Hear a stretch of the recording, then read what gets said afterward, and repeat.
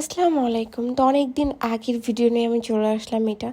তো বের হয়ে যাওয়ার সময় আমি লিফটে সবসময় ভিডিও করি, কেন যেন ভালো লাগে ভিডিও করতে। তো আমি আমার বাবার বাসায় এদিক দিয়ে চলে যাচ্ছি। আর এই টাইমটায় আমার বাবা বেঁচে ছিল, বাট এখন সে নাই। আর এই রাস্তা দিয়ে যাওয়ার সময় বারবার শুধু তার কথা মনে পড়ে। তো যাই হোক, এটা হচ্ছে ভার্সিটিতে আমরা চলে আসছি। এটা হচ্ছে আমার খালামণি ছিল, মানে আমার ফুফাতো বোনের মেয়ে। ওই আমার বড়, এর জন্য ওকে আমি খালামণি বলে ডাকি। সে অনেক মজার একজন মানুষ, মানে সব সময় হাসি খুশি নিজেও থাকে, সবাইকেও হাসি খুশি রাখে। তো এখানে সবসময় মজা করছিল, মানে বাইরে বের হলে মজা করে। সেইখানে লিখছে বসার নিষেধ আছে, বাট সেইখানে বসে দেখাই দিল। তো আমি বললাম আমার একটা পিকচার তুলে দাও, বাট সে পিকচার তুলে দেয় না, যে কারণে আমি বলাতে সে আমাকে কিস করলো একটা।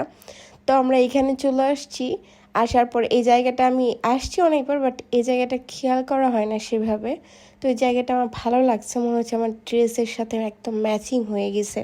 তো এই জায়গাতে কিছু পিকচার ওঠাচ্ছিলাম, বাট কেউ আমার পিকচার ভালো মতো ওঠাচ্ছিল না। তো আমাকে এইভাবে ভিডিও করার কারণে আমিও সেম খালামণির এইভাবে পচানি একটা ভিডিও করে দিলাম। তো সে এইখানে পিকচার তোলার জন্য পোজ দিচ্ছিল, বাট আমি তার ভিডিও নিয়েছিলাম, এই জন্য হাসছিল আর বলছে তুই এত জ্বালাচ্ছিস কেন বলতো, সাথে মতো পিকচার উঠাতে দিবি না, আবার তো বিয়ে লাগাইতে হবে না। আমরা মজা করছিলাম এখানে। যাই হোক, সন্ধ্যা লেগেছিলো, যে কারণে ভিডিওটা ভালো আসছিল না। আর আমরা এখানে যে হ্যালো গাইস করছিলাম, কঙ্কাবতী কণা বলছে সেইখানে, সবাই এক একজন করে নাম বলছিল সবার। তো আমরা ভাবলাম যে মেলায় যাব, যে কারণে আমরা রেডি হয়ে রিক্সা নিয়ে তাড়াতাড়ি করে চলে আসছি। তো মেলায় এসে অনেক ভালো লাগছিল, আর অনেক ভিড় ছিল, আর এটা অনেক দিন আগের মেলা ছিল। এই দোকানটায় অনেক সুন্দর সুন্দর কানের দুল ছিল। এই ইয়েলো কালারটা অনেক ভালো লাগছে, বাট অনেক ভারী ছিল। আর আমি কানের দুল অযথা কিনে নিয়ে এসে ফেলে রেখে দিই, পরা হয় না।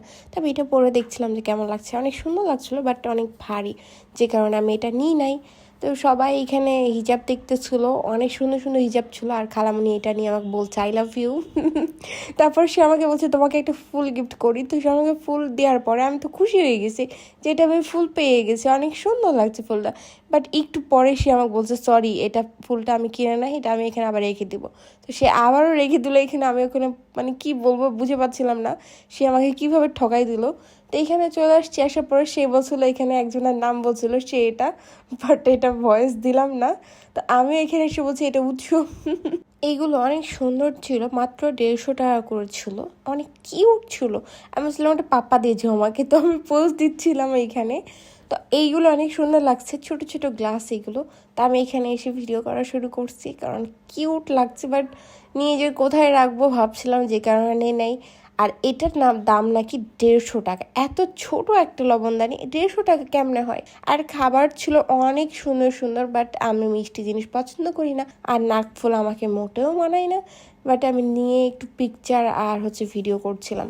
সবাই বলছে ভালো লাগছে না, নেওয়ার দরকার নেই, বাট একটা নিয়েছিলাম অন্য একটা, ওটা সুন্দর ছিল। এই দোকানটায় আমি আসার পর আমি এখানে মানে জিনিস পছন্দ করছিলাম আর ভিডিও করছিলাম। আমি চায়ের কাপগুলো নিতে চাইছিলাম, বাট এই চায়ের কাপটা পছন্দ করছিলাম, বাট উনি বলতেছিল ভিডিও করা যাবে না। তো আমি এটা নিয়ে নাই, আগে চলে আসছি। যাই হোক, এই জায়গাটা অনেক সুন্দর লাগছিল, মনে হচ্ছে ছোটোবেলায় চলে আসছি। আর ছোটো বাচ্চারা এখানে এসে দাঁড়া থেকে গেছিলো, আর এই যে আমাদের একটা ছোট বাচ্চা খালামণি। তো আমি এখানে চলে আসছি, আমিও এসে বাচ্চাদের সাথে এই যে শুরু করে দিছি এগুলো।